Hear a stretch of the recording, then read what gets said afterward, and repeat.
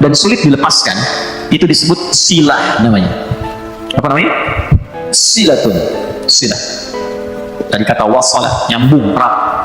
Pernah dengar ini silaturahim? Ya, ketersambungan rasa kasih yang dalam, sehingga walaupun terpisahkan tempat dan keadaan, ia masih bisa merasakan itu dengan memberikan satu rasa yang dalam. Jadi kalau Anda bertemu dengan kawan-kawan, reunian, kan? Ketemu, saling tatap, ngobrol, itu belum silaturahim secara makna, belum. Karena orangnya ada di hadapan kita, kita sapa. Tapi kalau Anda meninggalkan tempat ini, kemudian ingat kepada kawan kita, terus kita WA, malam-malam kita ingatkan, "Akhi, maafkan kalau saya ada salah ya. Mudah-mudahan Allah pertemukan kembali kita sampai jannah. Malam tahajud ya." Itu namanya silaturahim. Silah, terikat walaupun ruangnya sudah berbeda. Waktunya mungkin tidak sama. Teman ke Amerika, dia ke Kanada, 12 jam beda dengan kita. Tapi kita masih bisa WA dia. Itulah silah. Hubungan yang menyambungkan kita dengan Allah sehingga terkoneksi dalam setiap keadaan dimanapun berada, itu adalah sholat. Kenapa sholat disebut dengan sholat? Ya, padahal sholat kan namanya doa kan? Ya? Tapi kenapa disebut dengan kalimat sholat? Untuk memberikan kesan ibadah ini melatih kita supaya terkoneksi dengan Allah secara erat dan kuat, sehingga di setiap keadaan kita tersambung dengan Allah. Anda punya koneksi dengan Allah, apa yang sulit bagi Allah? Nih, kalimat mahal ya, Anda boleh catat ya. Mau bikin status juga silahkan, terserah. Tapi yang penting status kita di hadapan Allah. Ada satu kalimat yang sangat mahal, dan kalau kita punya ini, tentram kehidupan dunia. Kalimatnya singkat, cuma 3 kata. Aku punya Allah. Aku punya Allah. Ini kalimat yang mahal, yang jarang dimiliki sehari-hari. Kenapa engkau begitu tegar, padahal masalah rumah tangga kamu itu begitu pelik? Aku punya Allah. Aku yakin Allah pasti akan berikan solusi. Kamu kok kelihatannya biasa-biasa saja sih? Padahal kan kemarin pekerjaan kamu gagal. Aku punya Allah. Allah sudah ngatur rezeki. Rezeki aku sudah Allah tetapkan. Aku punya Allah. Kalimat ini yang mahal sekarang.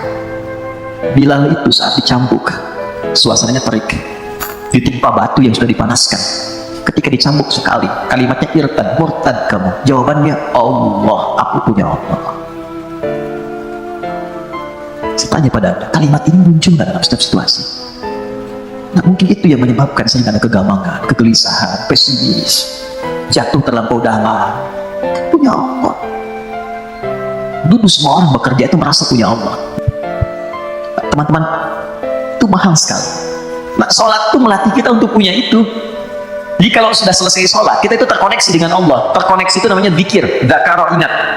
Ingat tuh, dzikir tuh gini, bukan diucapkan di lisan. Dzikir itu diucapkan di lisan, tembus ke hati, lalu memberikan petunjuk kepada semua bagian tubuh kita. Itu dzikir namanya. Jadi begitu disebutkan, ada getaran ke jiwa.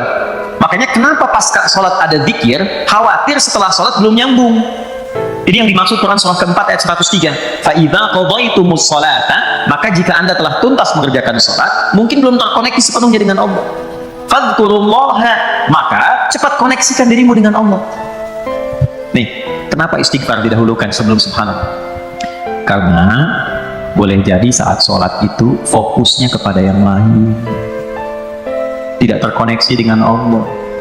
Lisannya Allahu Akbar, tapi di pikirannya handphone Hu Akbar. Ya, status di Instagram belum diupdate Hu Akbar. Ya, jemuran belum diangkat Hu Akbar. Makanya baru takbir Allahu Akbar, handphone tulalit tenonet. Nah, bisa dijawab dulu, halo, saya sedang sholat nih. Nah, belum nyambung.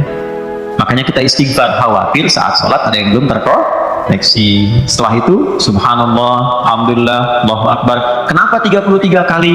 33 itu latihan sampai kalimat itu meresap ke dalam hati. Subhanallah, subhanallah, subhanallah. Pertama masih di lisan. Yang ke-10 mulai masuk ke hati, mulai terasa, mulai nangis, mulai enak, mulai tenang. Alhamdulillah, alhamdulillah Allah kasih saya ibu, alhamdulillah Allah kirimkan saya ayah, alhamdulillah Allah kirimkan saya istri, alhamdulillah Allah kirimkan saya suami, anak-anak, alhamdulillah. Enak sampai tenang. Sampai situ kan? Nah, sampai ujungnya kita merasa punya Allah. Kalau sudah merasa punya Allah, Allahu Akbar, itu semuanya dah. Ini antum ya, yang pengusaha atau bisnis ya, ada ya, saya nggak harus tanya angkat tangan lah ya. Kalau saya tanya Anda begini, Anda misalnya punya satu proyek nih, nilainya 100 miliar. Oke? Tapi proyek itu membuat Anda tidak bisa sholat. Sisi lain, ada pekerjaan, nilainya cuma 1 juta. Tapi Anda bisa menunaikan sholat dengan begitu nyamannya.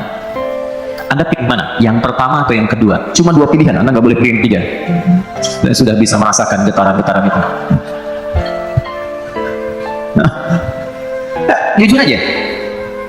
Pertama atau kedua? Oh, yang benar.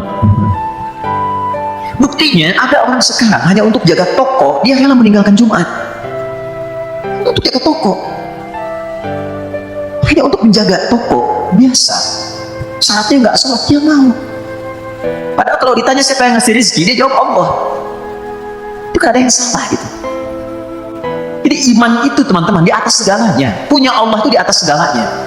Jadi kalau orang kehilangan proyek, kehilangan job, tapi merasa punya Allah, itu gak ada apa-apanya. Karena masih merasa punya Allah. Itu yang mahal. Jadi gak bisa ditukar dengan masalah. Kalau Anda punya masalah seberat apapun, tapi Anda punya Allah, itu kecil. Itu poinnya.